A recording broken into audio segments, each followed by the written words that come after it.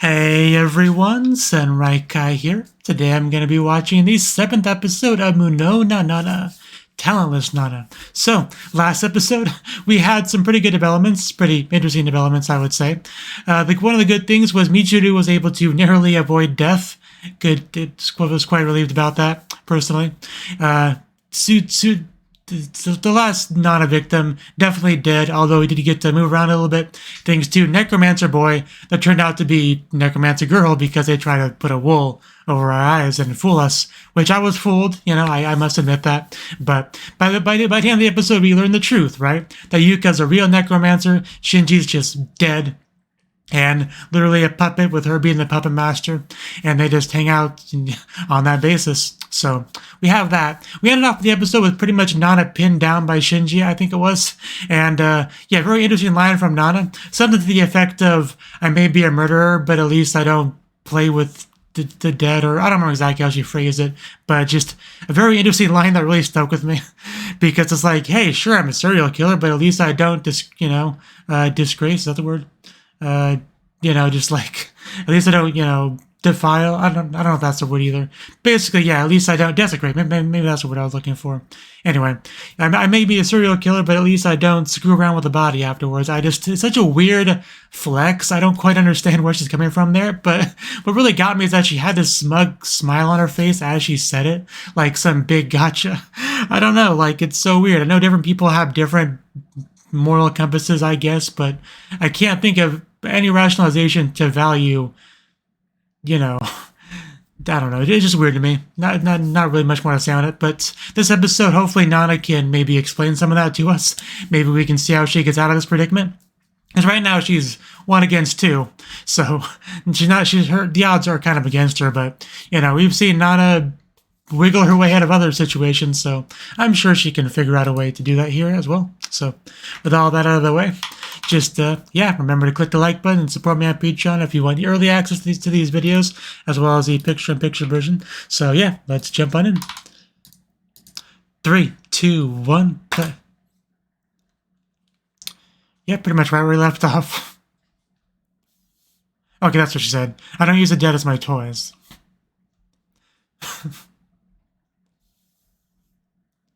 But now, the truth is out now, so let's see what we do.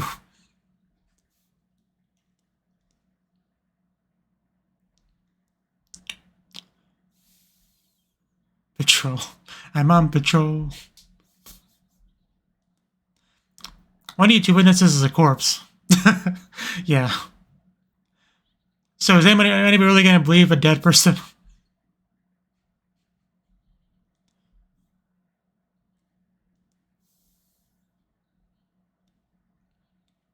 She probably can't.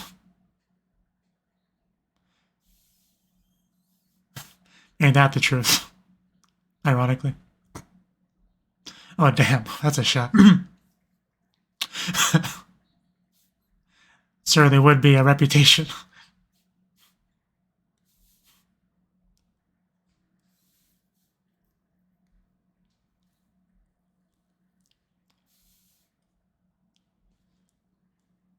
Go for it. Right after the opening. But man, that shot of Yuka there, jeez. I thought she looked good before, but, expectedly, the more clothes you remove, the better she looks.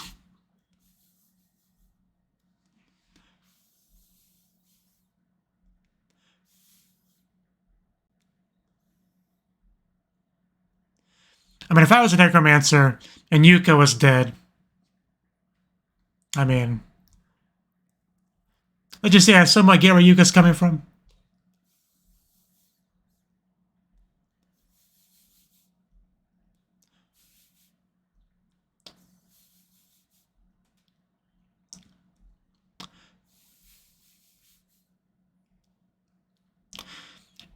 Yeah, one thing I was actually thinking about between episodes is Death Note. Because, obviously some similarities between these shows, but in Death Note, L actually straight up asks Light at some point, have you ever told the truth in your life? Something like that. Now I'm just thinking, Nana pretty much, just about everything that's come out of her mouth since she came here has been a lie. Either it's just a straight up lie or, just general manipulation.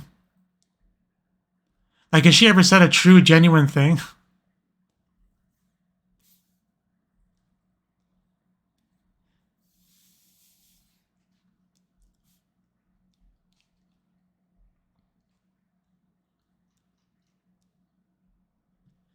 Yeah, so she does have some leverage here, which is good for her.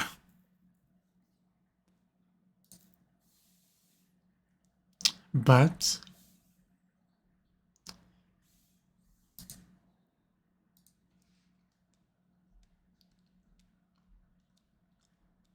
oh,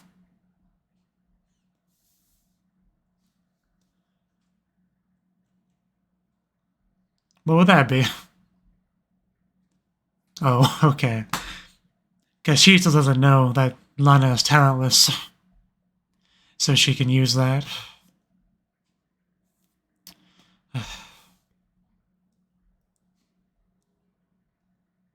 Don't trust her, Yuka. You can't trust anything that Nana says.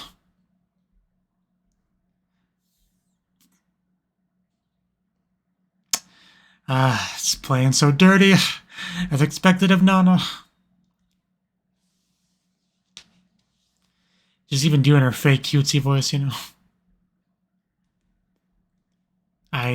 Probably not. You know, that's probably not wrong.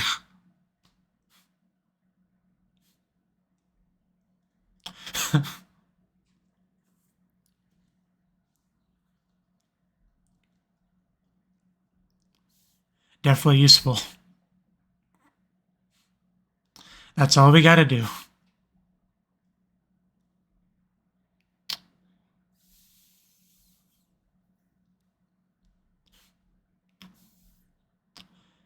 Yeah, she does kind of stand out with the pink hair and everything, doesn't she?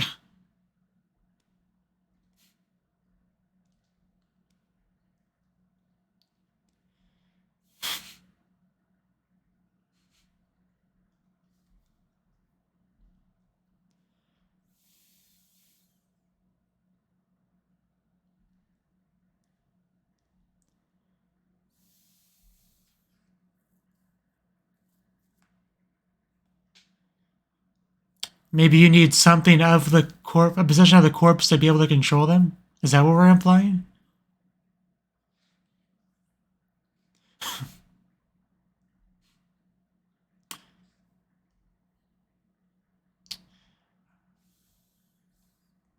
I think she may be on the money here.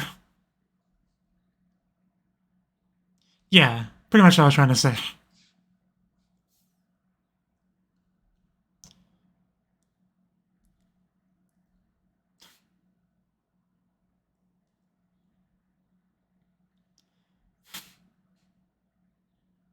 Almost, but not quite.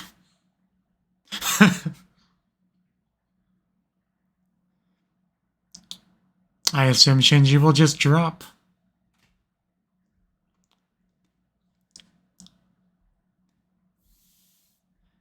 Oh, God. Scare the crap out of me. Yeah, Shinji, protect. Just so... How rude.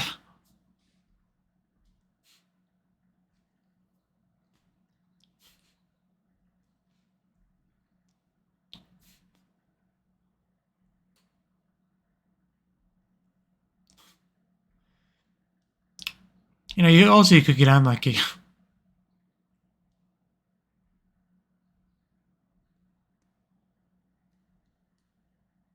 Oh, a bunny. I thought it was going to be something scary. A bunny's not scary. Okay, that is. Okay, I think we maybe get into that one shot of the opening now. You know, multiple zombies attacking. I didn't know there were so many dead people on the island, though. Did we find a local graveyard? That's a bit of a red flag, I would say.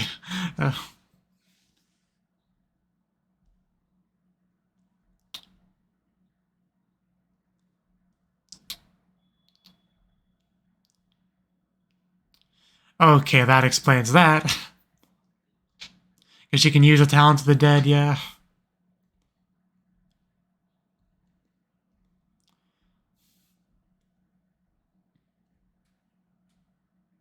Yeah, that's more what I was leaning towards.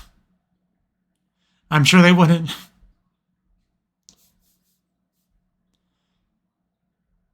But then they wouldn't be so creepy.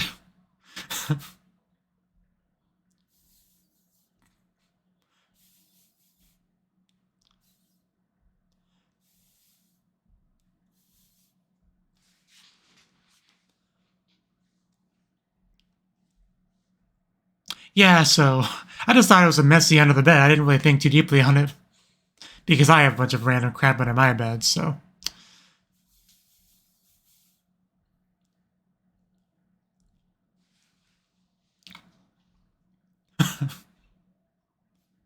If she didn't, she wouldn't still be alive.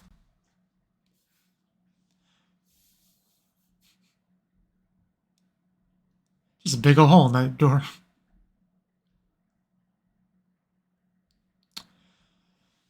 Of course it is.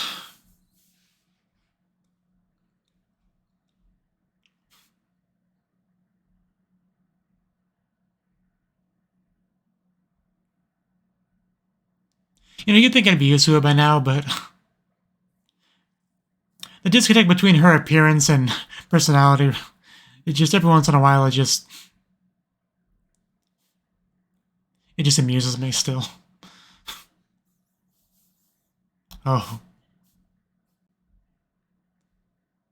Can't have that. I am Talentless Nana. I will show the world what I can do. Let's go full MacGyver.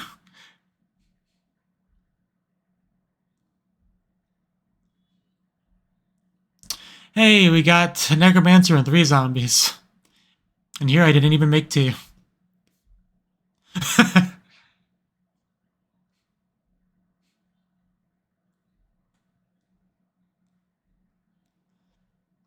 So basically she's a pig and he's the big bad wolf. I mean, she knows Nana well enough to know, yeah, she would set up some kind of trap.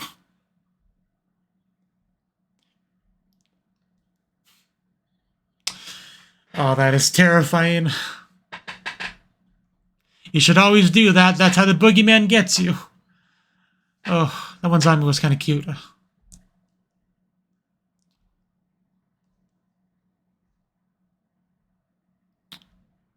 Is that a weakness?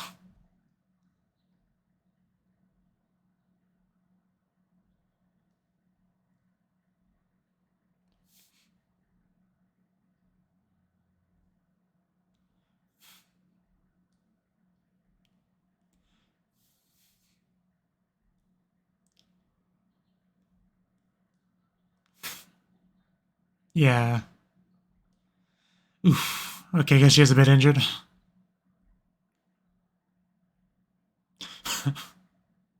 Get wrecked, Nana.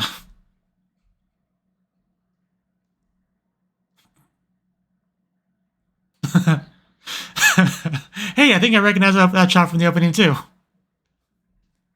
Wasn't there, like, blood dripping from the knife? I don't know, I always enjoy Nana just getting screwed over like that.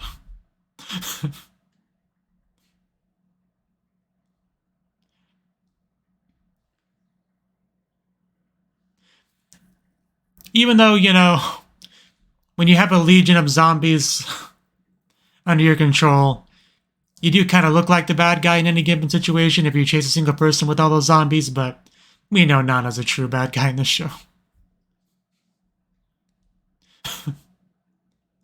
Basically, girls get together, you know, they talk about boys and, you know, stuff like that. I believe I've never participated.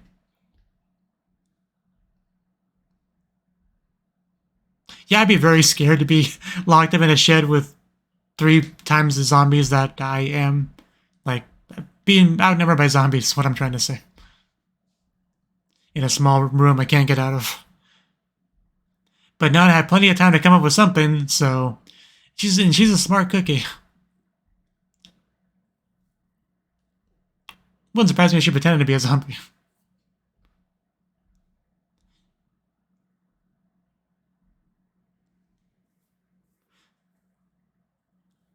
Like, just bury one of the real zombies and put on their zombie clothes. Lay on the ground, pretend to be a zombie. Maybe she did that.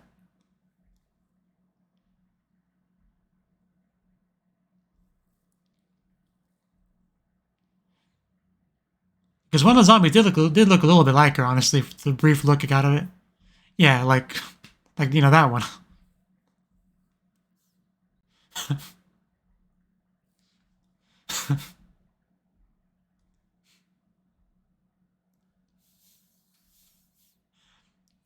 So she's not that stupid.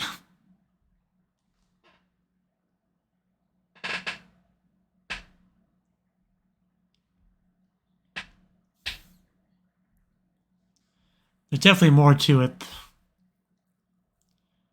That's totally, I mean, isn't it just Nana with like a zombie face plastered to a real face? I mean, that's gotta be what it is, right? You know, like the Whispers and Walking Dead.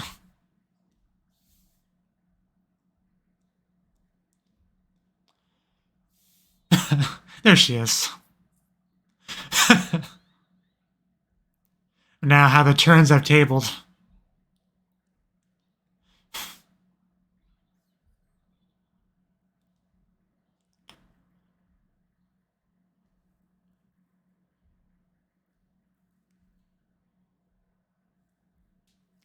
Right.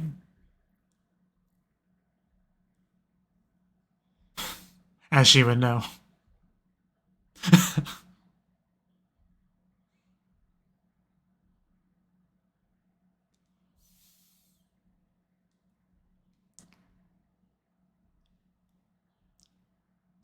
Ah, okay, I did not notice that.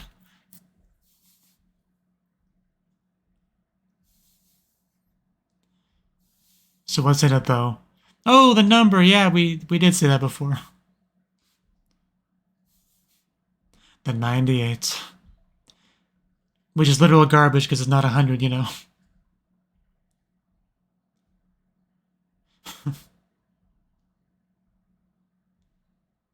I would assume kill you.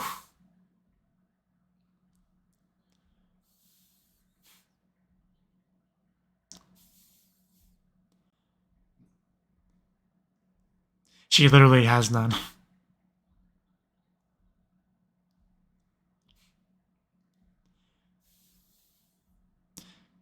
This cliff is really becoming an iconic location.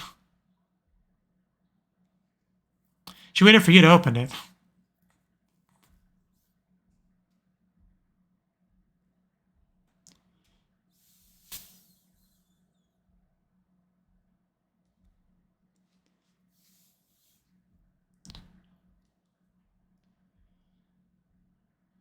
Right.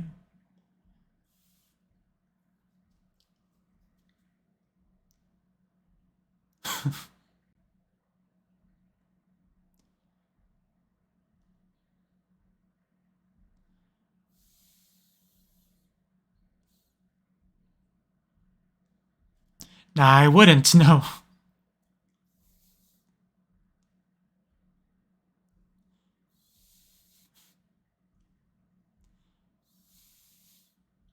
It was just taped on.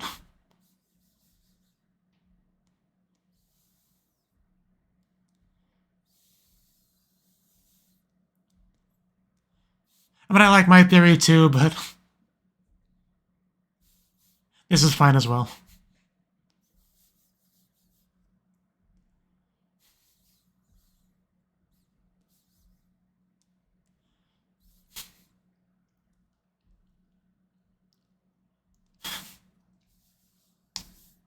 So she's just kind of doing her own thing.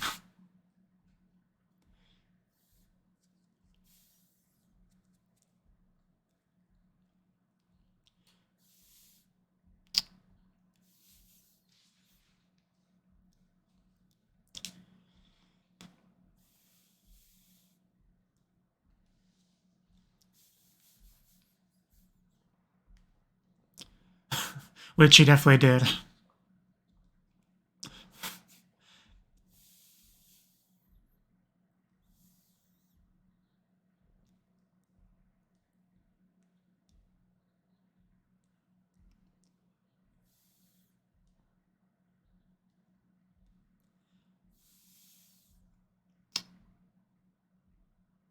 She's a scary one, isn't she?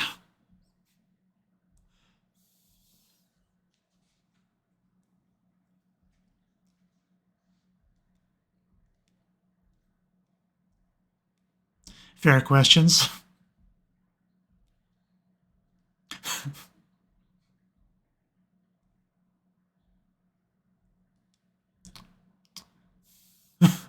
No matter how long.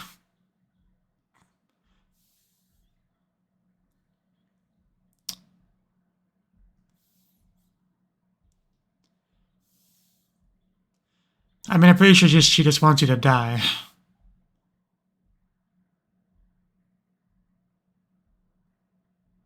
Like, she's probably going off that cliff by the end of the scene.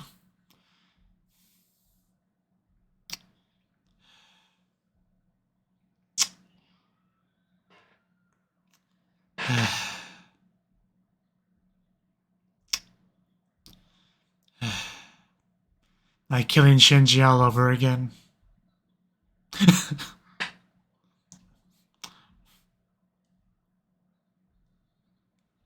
I really wouldn't sit so close to the cliff if I were you.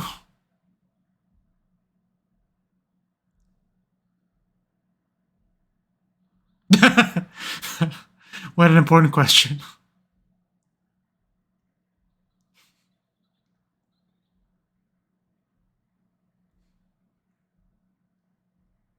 Man, she really focused on some odd details of that story.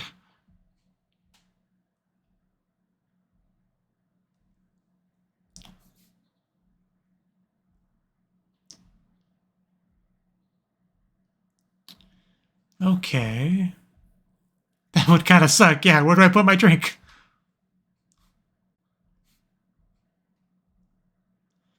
I feel like you're lying.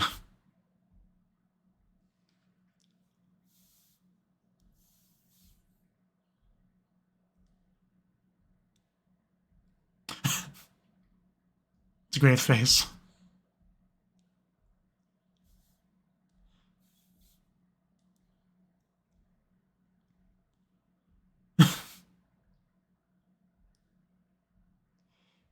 You're so obviously lying. I feel like I should have revisited the whole story if I knew it was going to be this important.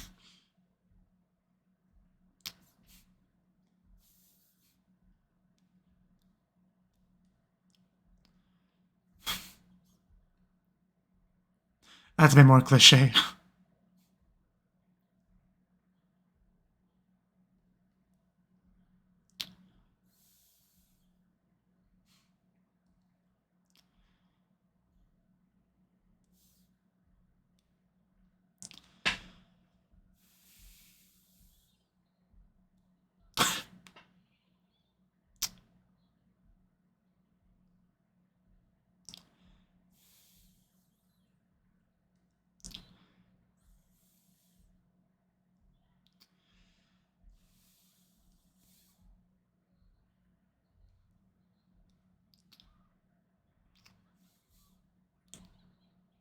Only.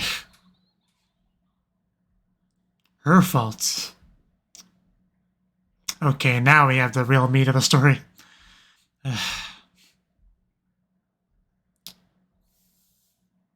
Clutches.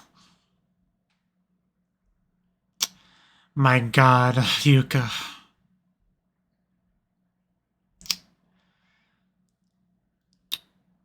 You are about to die.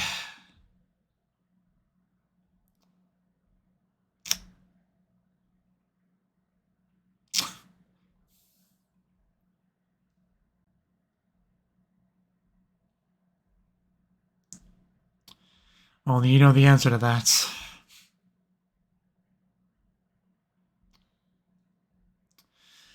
Oh, wow. I didn't expect another twist in regard to the Yuka situation. Damn. I was wondering for a little bit, like, where is the story going?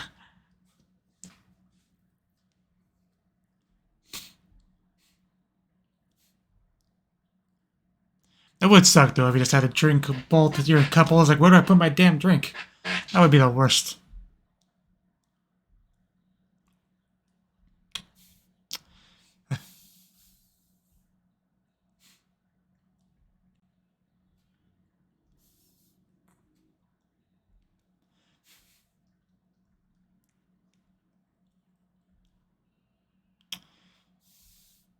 So where does that put Nana's death count at? Like, or kill count 4, I want to say.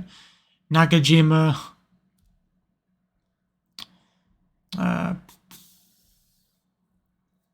I mean, it's like I remember his name, but the time travel guy.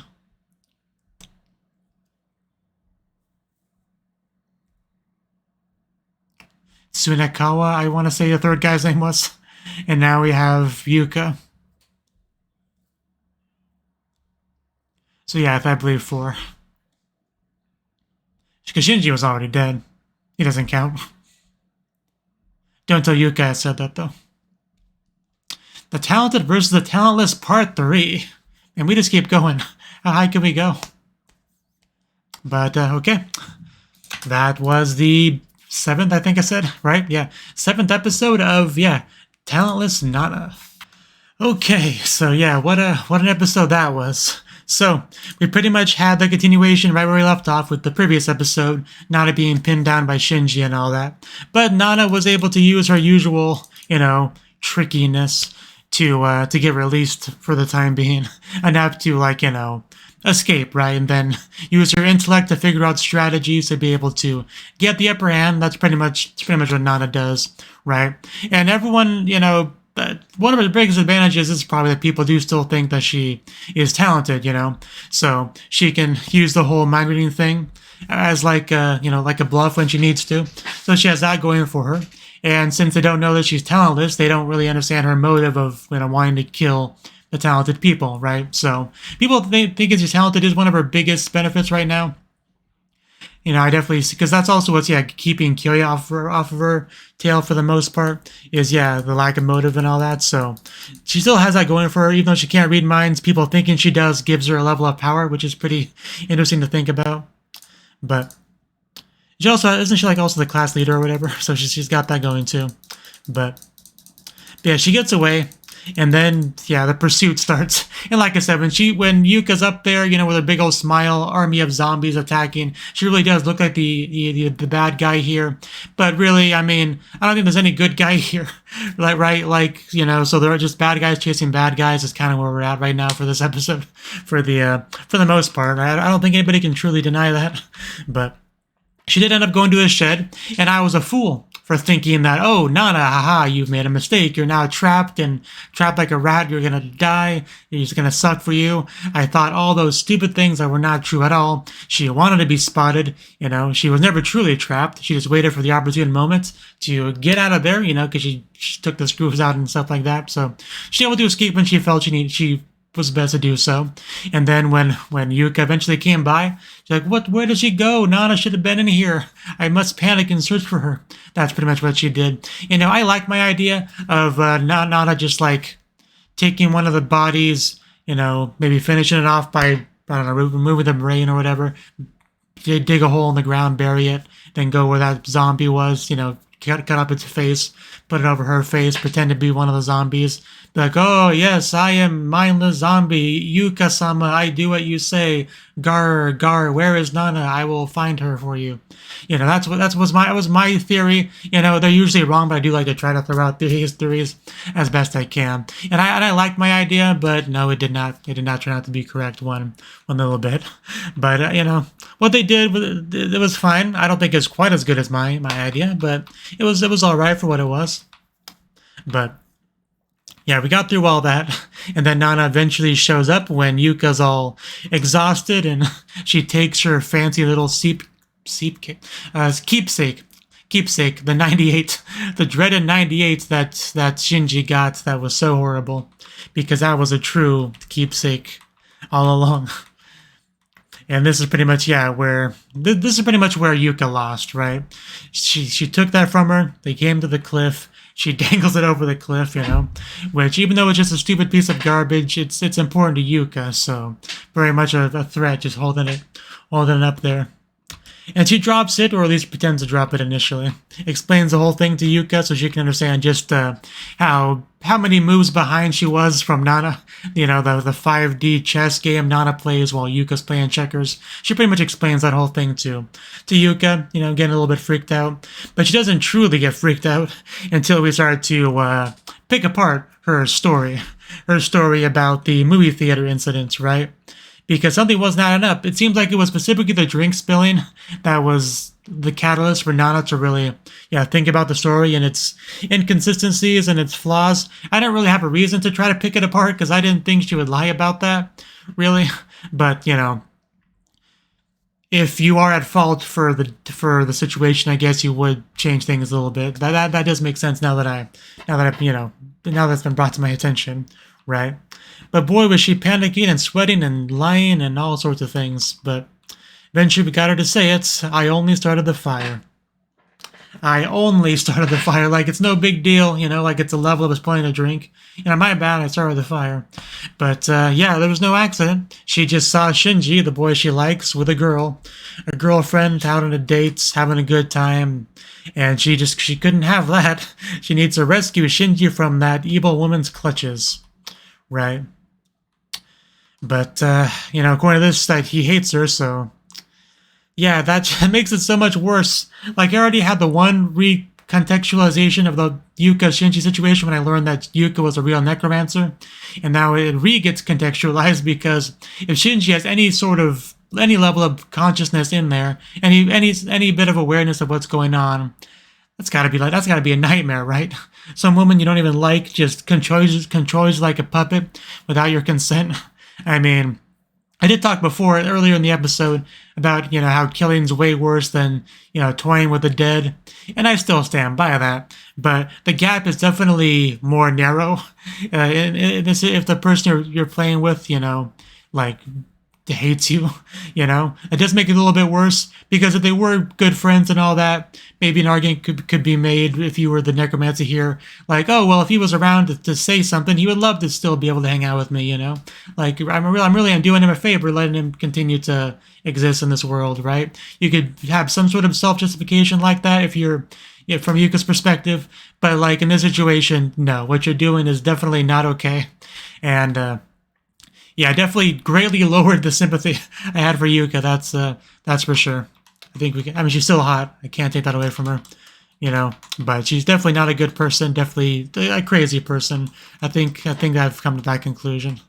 But at this point, she is a dead person. So, that's that. Not really much more to say than that. But we did have a little bit of dialogue from Yuka to a monologue. I do want to kind of go back to that a little bit here. Yeah, why did I only pretend to throw this away? If it turned out all my guesses were off the mark, and it says her estimated kill count's 500k, and Yuka had really been a good person, did I intend to spare her? Yeah, no. She says no, but she brought it up. And that's an interesting thing too, because we haven't really seen too much about Nana's perspective on the whole killing thing. She comes across as feeling justified in what she's doing, right? These talented people are horrible and they're killing people, and killing them will save people. That's more or less her justification here, it seems like, and she was just kind of assigned this role to begin with by adults that are in charge and stuff like that. So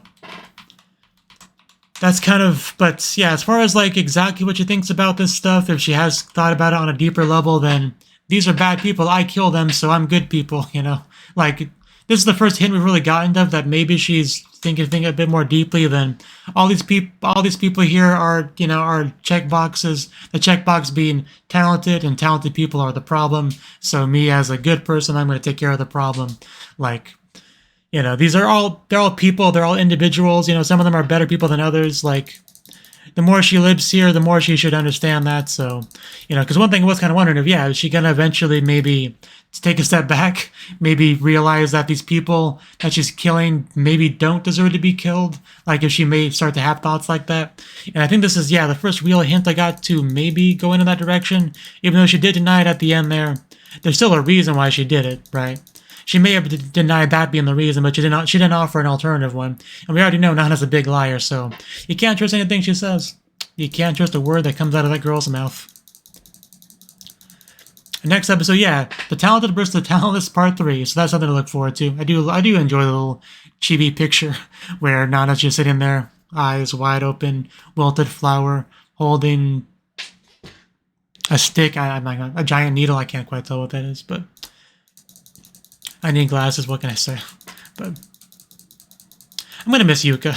Obviously, she was a crazy bad person, but I don't know. I enjoyed her presence on screen. I mean, because two of the people that Nana have killed so far really weren't villains at all. Like, you couldn't even remotely make an argument that they were. You know, Tsunekawa, he obviously was a bit of a douchebag, right? But, you know, he didn't quite have this, like, villain energy the same way Yuka did, you know? Where you just,